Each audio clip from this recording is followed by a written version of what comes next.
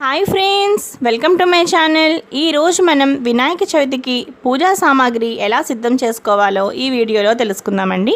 ముందుగా వినాయక చవితి పూజా సామాగ్రి మనం తెలుసుకునే ముందు మొట్టమొదటిగా ఒక పేపర్ పెన్ను చక్కగా తీసుకుని నోట్ చేసుకోండి.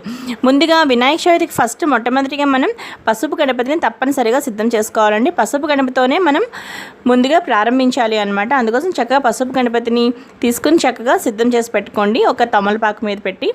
అలాగే దాని తర్వాత పసుపు, కుంకుమ, అలాగే అగరవత్తులు, వక్కలు, ఒక అగ్గిపెట్టి, తర్వాత కర్పూరం, గంధం, అక్షంతలు, 2 కొబ్బరికాయలు.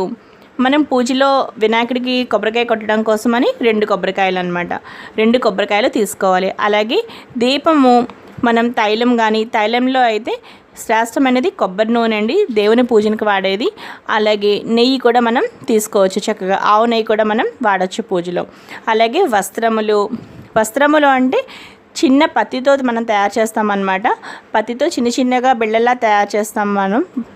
వస్త్ర యుగ్మం సమర్పయామి అన్నప్పుడు మనం వేస్తాము. అలాగే ఉపవీతం కూడా చక్కగా పత్తితోటి ఉపవీతాలు కూడా రెడీ చేసుకోవాలి.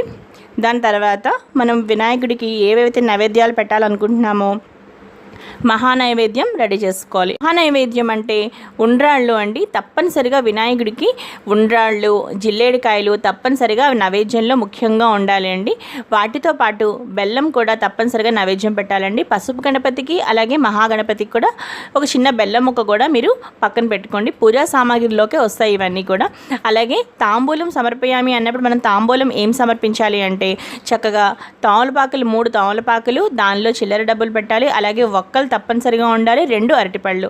ఇది తాంబూలం అండి. తప్పనిసరిగా నైవేద్యం అయ్యాక తాంబూలం సమర్పించాలి. అలాగే పంచామృతాలు అండి. పంచామృతాలు అంటే ఆవు పాలు, ఆవు పెరుగు, ఆవు నెయ్యి, తేనె, పంచదార, వీటన్నిటిని కలిపితే అది పంచామృతం అండి. తప్పనిసరిగా మనం పూజలో పంచామృతం కూడా గణపతికి మనం వాడుతాం అన్నమాట. ఇవన్నీ కూడా మనం సిద్ధం చేసి పెట్టుకోవాలండి. దాని తర్వాత పత్రి అండి. మనం ఏదైతే వినాయకుడికి మనం పూజ చేస్తామో చక్కగా పత్రి తప్పనిసరిగా మనం ఒక బేసన్లో కానీ ఒక కంచంలో కానీ మనం చక్కగా పెట్టుకోవాలన్నమాట, పత్రి మొత్తం. అలాగే వాటితో పాటు విడి పువ్వులు, వినాయకుని పూజలో మనం పువ్వులు కూడా వాడతాం కాబట్టి పువ్వులు, ఇవన్నీ కూడా తప్పనిసరిగా పూజా సామాగ్రిలో ఉండేలా చూసుకోండి. అలాగే మనం ఏదైతే మనం పూజ చేయడానికి తెస్తామో మహాగణపతి విగ్రహం, మట్టి ప్రతిమ లేక ఒక విగ్రహం అండి. ఇవన్నీ మనం తప్పనిసరిగా పెట్టుకోవాలన్నమాట. ఈ వినాయక చవితి పూజా సామాగ్రి ఈ లిస్ట్ మాత్రం చక్కగా ఒక పేపర్ మీద నోట్ చేసుకుని ముందుగా రెడీ చేసుకుంటే అప్పటికప్పుడు ఏ కంగారు లేకుండా చక్కగా వినాయకుని పూజ మనం చేసుకోవచ్చు అనమాట. చక్కగా వ్రతం చేసుకోవచ్చు. ఈ వీడియో మీ అందరికీ నచ్చినట్టయితే తప్పకుండా లావణ్య